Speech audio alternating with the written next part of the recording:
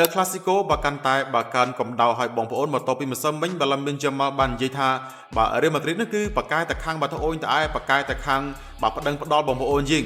បាទហើយរូបគេបាទថែមទៀតថាបាទគ្រប់ក្រុមគឺបាទមានការបារម្ភបាទការលេងបាទនៅកីឡដ្ឋានបាទ Santiago Bernabeu ប៉ុន្តែមិនមែនជាការពិបាកទេបាទសម្រាប់បាទក្លឹប Barcelona បាទហើយបាទរូបគេបាទថែមទៀតថាបាទលើកចុងក្រោយបាទរូបគេបាទលេងនៅកីឡដ្ឋានបាទ Santiago Bernabeu គឺរូបគេសុទ្ធបញ្ចូលទីបាទហើយក្លឹប Barcelona បាទគឺឈ្នះបាទ Real បាទ4បាទទល់នឹង0បាទថែមទៀតផងបាទអញ្ចឹងគឺបាទការត្រឡប់ទៅលេងបាទនៅឯកីឡដ្ឋានបាទ Santiago Bernabeu គឺ easy បាទសម្រាប់បាទ Lamine Yamal បងប្អូនយើង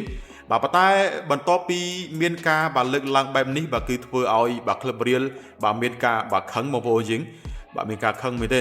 បាទហើយបាទថាឲ្យ Yamal គឺជាបាទក្មេងល្ងងទៀតបាទដែលបានបាទមើលស្រាលបាទក្លឹបដែលមានវ័យចំណាស់មួយចឹងណាបងប្អូនយើងបន្ទាប់ពីមានការខឹងពីរៀលបាទហើយបាកាឡាក៏បាខាបាហាល់ដែលជាមិត្តរូបសញ្ជាតិបាទរបស់ឡាមីនយ៉ាម៉ាល់បាទក៏ប្រាប់រៀលថាបាទឲ្យស្ងប់ចិត្តបាទចាំរូបគេហ្នឹងបាទទៅនិយាយបាទជាមួយនឹងឡាមីនយ៉ាម៉ាល់បាទអញ្ចឹងពេលនេះគឺបាទបើយើងមើលទៅបាទគឺបាទកំពុងបាទតែបាទកើនកម្ដៅខ្លាំងណាស់បាទសម្រាប់បាទជំនួប El Clasico បាទហើយបងប្អូនយើងបាទសិនជាចង់មកទស្សនាបាទនៅបាទការផ្សាយផ្ទាល់បាទទាត់បាទដល់អេមីផ្ទាល់បាទកុំភ្លេចបាទចอยបាទនៅ